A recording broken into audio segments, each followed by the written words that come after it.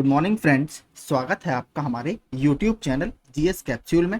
I hope आप सभी लोग अच्छे होंगे और आपकी तैयारी अच्छी चल रही होगी। फ्रेंड्स, आप सभी को पता है हम अपने इस चैनल के माध्यम से यूपीपीएससी और यूपी ट्रिपल एससी से संबंधित सभी एग्जाम अपडेट्स आपको समय से देते रहते हैं। तो अगर आप हमारे चैनल पर नए हैं तो प्लीज़ रेगुलर अपडेट्स के लिए इसे सब्सक्राइब कर लीजिए। फ्रेंड्स, अभी थोड़ी देर पहले मैंने एक वीडियो बनाया था जिसमें हमने कि चकबंदी विभाग से 3050 कर्मचारी राजस्व विभाग में आएंगे। उसके अलावा बहुत सारे इंपॉर्टेंट आर्टिकल्स छपे हैं और सबसे इंपॉर्टेंट आपने बाहर थंबनेल में देख ही लिया होगा, जो 3466 पदों का एजीटी है, कृषि प्राविधिक का एक विज्ञापन आना है। वो फिर से देखिए, अभी फिर से उसमें डिले हो गया है। क्या कारण है वो पूरा देखते हैं। पिछली बार देखिए क्या हुआ था, मैं आपको पिछला बताता हूँ। पहले क्या हुआ था, जब पहले आयोग ने, क्योंकि पहले ये भर्ती यूपीपीएससी कराता था, यूपीपीएससी से 906 अभ्यर्थियों का डेटा हाईकोर्ट के आदेश के अनुसार यूपी ट्रिपल एससी के पास आना है। पिछली बार जो सीडी भेजी गई डेटा की, वो सीडी उस फॉर्मेट में भेजी गई कि वो फॉर्मेट, वो वहां पर सीडी खुली ही नहीं, तो फिर से वापस भेजा। अब की बार ये कहा जा रहा है कि आपने जो डेटा भेजा है वो आधा अधूरा है। ठीक है, देखते हैं। फिर फंसा डेटा का पेंच, घनचक्कर बने अभ्यर्थी। कृषि प्राविधिक सहायक के 3436 पदों पर शुरू नहीं हो पा रही है भर्ती प्रक्रिया। यूपी पीएससी के संशोधित डेटा को यूपी ट्रिपल एससी ने बताया अधूरा। तो देखिए दोनों आयोगों के बीच में कितना कम्युनिकेशन गैप है, अब ये तो आप देख ही सकते हैं। और इसमें अल्टीमेटली जो पिस रहा है वो स्टूडेंट ही पिस रहा है। कृषि प्राविधिक सहायक के 3436 पदों पर भर्ती प्रक्रिया फिर अटक गई है।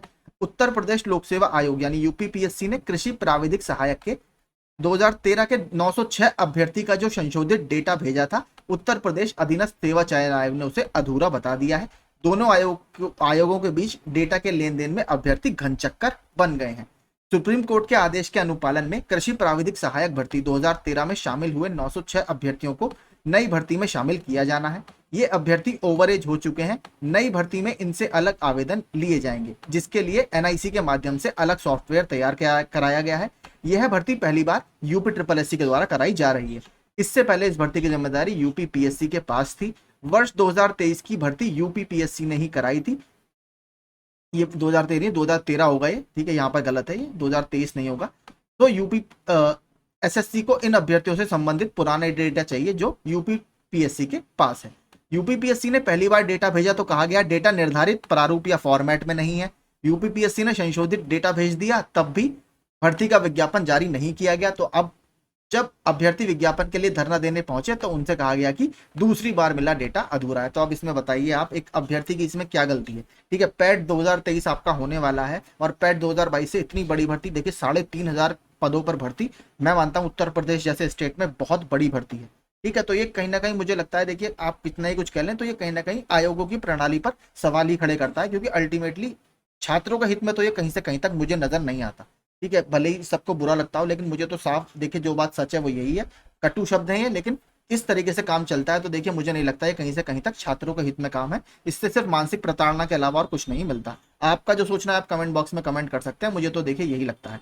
यूपी ट्रिपल एससी की ओर से बताया गया कि कृषि प्राविधिक के 3436 पदों पर नई भर्ती के लिए आवेदन प्रक्रिया अभी तक शुरू नहीं की जा सकती, जब तक पुराने 906 के डेटा को लेकर स्थिति स्पष्ट नहीं हो जाती। यूपी पीएससी के मीडिया प्रभारी विनोद गौड़ ने स्पष्ट किया है कि यूपी ट्रिपल एससी ने जो डेटा मांगा था वह उपलब्ध करा दिया गया है। अब एक आयोग कह रहा है कि डेटा अधूरा है, दूसरा आयोग कह रहा है कि जो डेटा उन्होंने मांगा था वो हमने पूरा भेज दिया है। तो अब इसमें क्या होगा आगे वो तो समय ही बताएगा। मैं आपको अपने इसी चैनल के माध्यम से अपडेट देता रहूंगा। अगला देखते हैं कुछ। ये भी देखिए एक और छोटा सा आर्टिकल इसी से संबंधित आया है। दो आयोगों के बीच परेशान हुए अभ्यर्थी। 3446 पदों पर 3466 है जहां तक मुझे याद है। ये कृषि प्राविधिक सहायक के भर्ती के अभ्यर्थी दो आयोगों के बीच घनचक्कर बने हुए हैं। उत्तर प्रदेश लोक सेवा आयोग की ओर से 2013 की भर्ती में शामिल 906 अभ्यर्थियों का डेटा तय परफॉर्मा में भेजा जाने के बावजूद यूपी ट्रिपल एससी भर्ती नहीं शुरू कर रहा, और उन्होंने बाद में बताया जब बच्चे मिलने गए हैं कि डेटा ये अधूरा है। ठीक है, ये भी देखिए बहुत विवाद जो अब चल रहा है, अब इसके कॉन्सिक्वेंसेस सामने आ रहे हैं। जो बीएड सुप्रीम कोर्ट के फैसले के बाद प्राइमरी से बीएड को बाहर कर दिया गया है, तो एमपी की शिक्षक भर्ती से भी बीएड अभ्यर्थी बाहर। सुप्रीम कोर्ट के फैसले के बाद भर्ती की उम्मीद खत्म। केंद्रीय विद्यालय भर्ती के विज्ञापन में ही लगा दी गई थी शर्त। तो बिहार भर्ती में शर्त ना होने से बच गए बीएड वाले। तो बिहार भर्ती के जो अभी शायद शिक्षक भर्ती आई थी 1 लाख कुछ पदों पर, उसमें शायद ये शर्त नहीं थी। इस मामले में बिहार की शिक्षक भर्ती के लिए आवेदन करने वाले बीएड अभ्यर्थियों को कुछ राहत मिलती दिखाई पड़ रही है। बिहार लोक सेवा आयोग ने कक्षा 1 से कक्षा 5 तक के स्कूलों में शिक्षक के 79,943 पदों पर जून में जारी विज्ञापन में कोर्ट की शर्त नहीं रखी थी। तब देखें, हो सकता है, क्योंकि नीचे आप देखेंगे नोटिफिकेशन में लिखा रहता है कि आयोग के पास अधिकार है कि वो नोटिफिकेशन में संशोधन कर सकता है। तो अगर प्रेशर में आएगा तो हो सकता है इन्हें भी संशोधन इसमें करना पड़े। फिलहाल ज्यादातर अब हर स्टेट्स में कमोबेश यही स्थिति है कि इनको बीएड में चांस अब नहीं दिया जाएगा, क्योंकि सुप्रीम कोर्ट का ऑर्डर है और वो पूरे इंडिया पर लागू होगा। तो देखते हैं इसमें अब किस तरीके का निकलता है। सीटीईटी में सफल अभ्यर्थियों के प्रमाण पत्र भी रद्दी, जिनको दिया गया था, क्योंकि देखिए प्राइमरी में जिन्होंने निकाला होगा वो तो अब कोई उसका मतलब है नहीं बीएड वालों के लिए, क्योंकि वहां तो आप एग्जाम दे ही नहीं सकते, तो इसका फिर कोई मतलब अब है नहीं। यही सबसे ज्यादा बच्चों को देखिए परेशानी हो रही है, जिन्होंने एग्जाम क्रैक किया है, तो लेकिन अब उस एग्जाम का कोई मतलब नहीं रह गया है सुप्रीम कोर्ट के आदेश के बाद। आगे चलते हैं। 69,000 शिक्षक भर्ती में एक अंक विवाद में हाईकोर्ट सख्त। तो आपने देखा होगा जो एक अंक वाले पे परसों अभ्यर्थियों ने काफी ज्यादा वहां पर जाकर धरना भी दिया था, क्योंकि जो बॉर्डर पर अभ्यर्थी हैं उसको इस एक अंक से काफी ज्यादा उम्मीद है। सरकार को अवमानना मामले में कार्यवाही का ब्यौरा पेश करने का दिया मौका, कहा अनुपालन का हलफनामा दाखिल न होने पर दोनों अधिकारी होंगे पेश। प्रदेश में 69,000 शिक्षक भर्ती में एक अंक विवाद मामले में दाखिल अवमानना याचिका पर इलाहाबाद हाईकोर्ट ने राज्य सरकार को रिट कोर्ट के आदेश का अनुपालन में कार्यवाही का ब्यौरा पेश करने के लिए समय दिया है।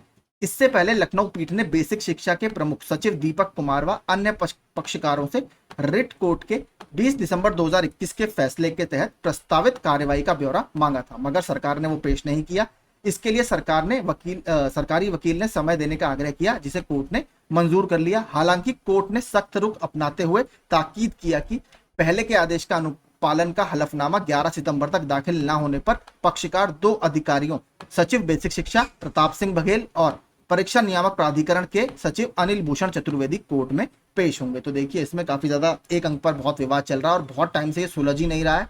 तो इसमें देखते हैं, 11 सितंबर तक हलफनामा दाखिल होगा, उसके बाद इसमें कुछ अब आगे की प्रक्रिया होगी। ये भी देखिए फिर से वही बीएड वाला विवाद है। प्राथमिक से बाहर होने पर टीजीटी पीजीटी में मांगे ज्यादा पद।